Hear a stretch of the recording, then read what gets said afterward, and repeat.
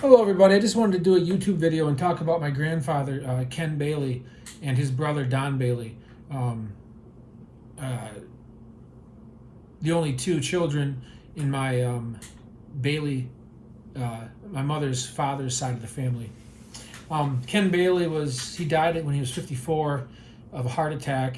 I was 4 months old, so I don't remember him other than pictures.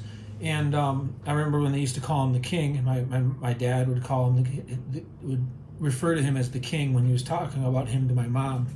My grandma would call him the King. He was, as far as I can reflect on the stories and everything, and the photographs, he was quite the outdoorsman. I've never met anyone like him in any stories that I've seen or photographs that I've seen of people that like to fish and hunt. Mostly fishing he did. He was 6'8" and built a lot like me. So growing up, I was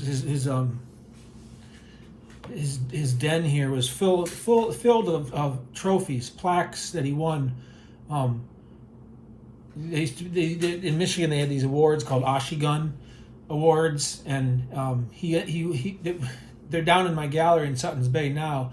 But you get a fish a certain size and you get a plaque. Well, he won so many plaques that they started making him buy the plaques, and then he stopped doing it. But he has probably 50 of these plaques from all northern Michigan fishing for the most part.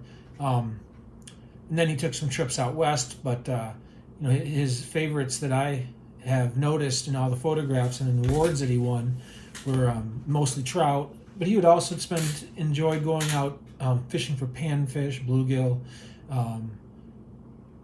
pike, ice fishing for all different kinds of fish. So he died in 1978. Salmon were planted in Lake Michigan around in the 60s. So at one point he did buy a boat, did some salmon fishing, but then he sold it because he had this, from the stories that I've heard, he had this very naturalist kind of view of fishing and hunting, and it's very kind of Hemingway-esque, kind of this ideal, kind of traditional way of doing it. I have all of his old fishing vests and rods, dozens of fly rods. He was a very good fly fisherman. He would send away for awards when he would get fish for certain sizes. He was mentioned in Field and Stream magazine, several write-ups in the local papers, other different types of sports, outdoor sport magazines he would send his fish into. He tied his own flies.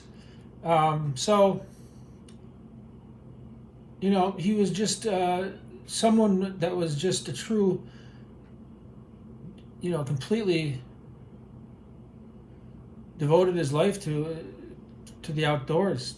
He also enjoyed duck hunting and deer hunting a little bit. His father, he grew up in, his father, William Bailey, his family homesteaded in Benzie County, right on Crystal Lake. So part of my grandpa's youth was spent growing up in Crystal Lake, but they also worked down in Flint in the auto industry. So he went to high school in Flint, but they would spend time up here on the family farm. And it's where he did a lot of his fishing and hunting to start with when he was young.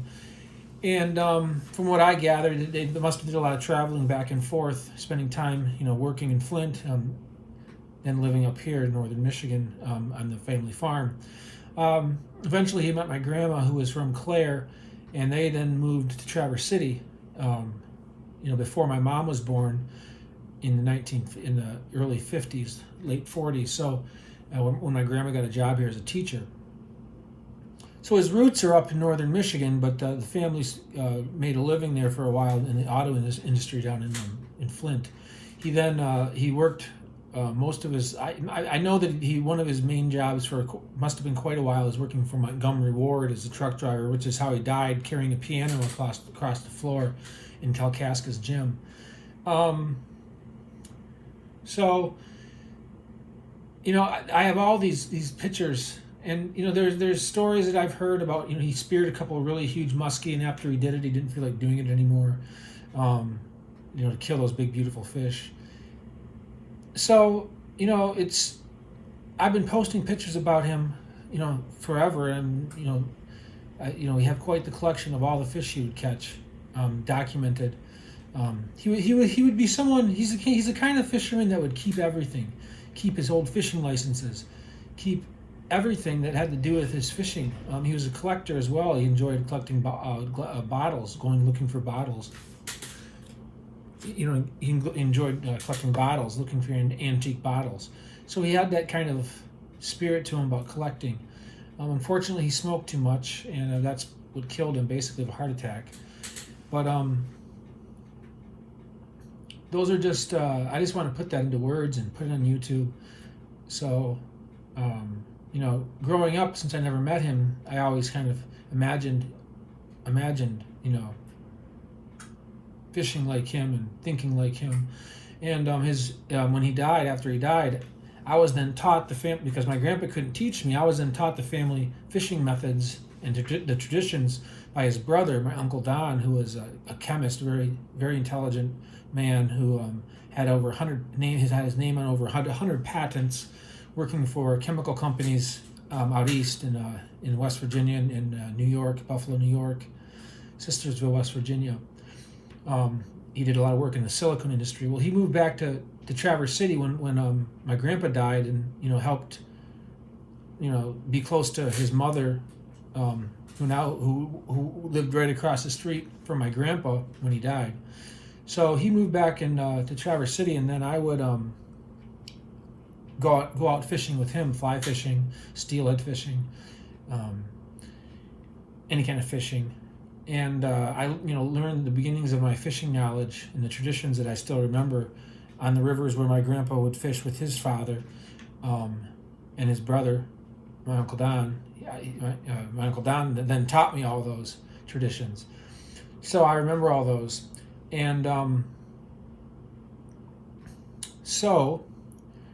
the Platte River, on the Boardman River, on the Betsy River, Rapid River, any of the rivers here in northern Michigan were places where my grandpa would go and my uncle would go, and he taught me on those rivers.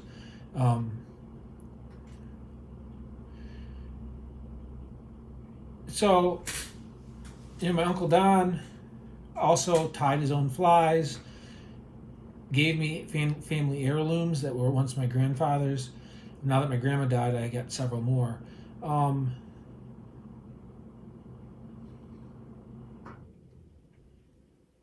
I think back in those days, in the 50s and 60s, 40s, 50s and 60s, my grandpa, when you were a hunter, you hunted, and when you had a family of hunting in your family kind of traditions, guns were passed down. So I inherited, when you're a hunter, you have several types of guns. You have a .22, you have a shotgun, you have 2 or 3 types of shotguns, you have a couple rifles, you have just an array of different hunting utensils, hunting weapons, hunting tools, whatever you want to call them. So I inherited those. I've shown you guys those. So, and then what's really interesting about it all is that then they learned all these, they learned their tradition for fishing from their father, William Bailey, who homesteaded in Benzie County here, just the county right across the conjoining Grand Traverse County. So William Bailey he also died of a heart attack dragging a deer out of the woods, and in his 50s, when he was very young, when my grandpa was a early teenager, his father died. So dragging a deer out of the woods. So, and there's a letter that he wrote that I've read, talking about how sad he was and how he's going to catch all the fish in the world for his father, and basically be the best fisherman for his father who had died, which is what he did. It's quite the story. Uh,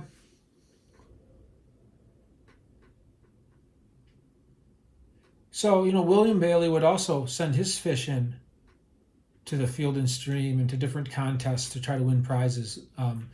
You mail those letters in back in the 40s, 50s, 60s, 70s, even 80s. You'd mail order things. You'd cut out a little certificate out of a catalog or a newspaper or a clipping. There'd be a address on it. You would mail it, and then you'd wait, and eventually you'd get a letter back, and it would, and they would win certificates and things for the prizes for fish that they caught that were really big fish. So I just wanted to kind of document that and put into words. It was just something that was always really, since I never met my grandpa, he was always this figure. My grandpa Bailey, he was always this. I always idealized him as a fisherman, as he was characterized by my family, and that was just something that was very. It was a big part of my enjoyment and excitement in fishing and hunting came from him, and the memory that he left in all the things that he kept and preserved and records and documents and awards, and then the stories that my uncle would tell his brother, my grandma, my mom, and my dad. So I just wanted to put that into words and get that on YouTube and make sure we always have this documented, and I'm sure I'll think about documenting it some more in the future.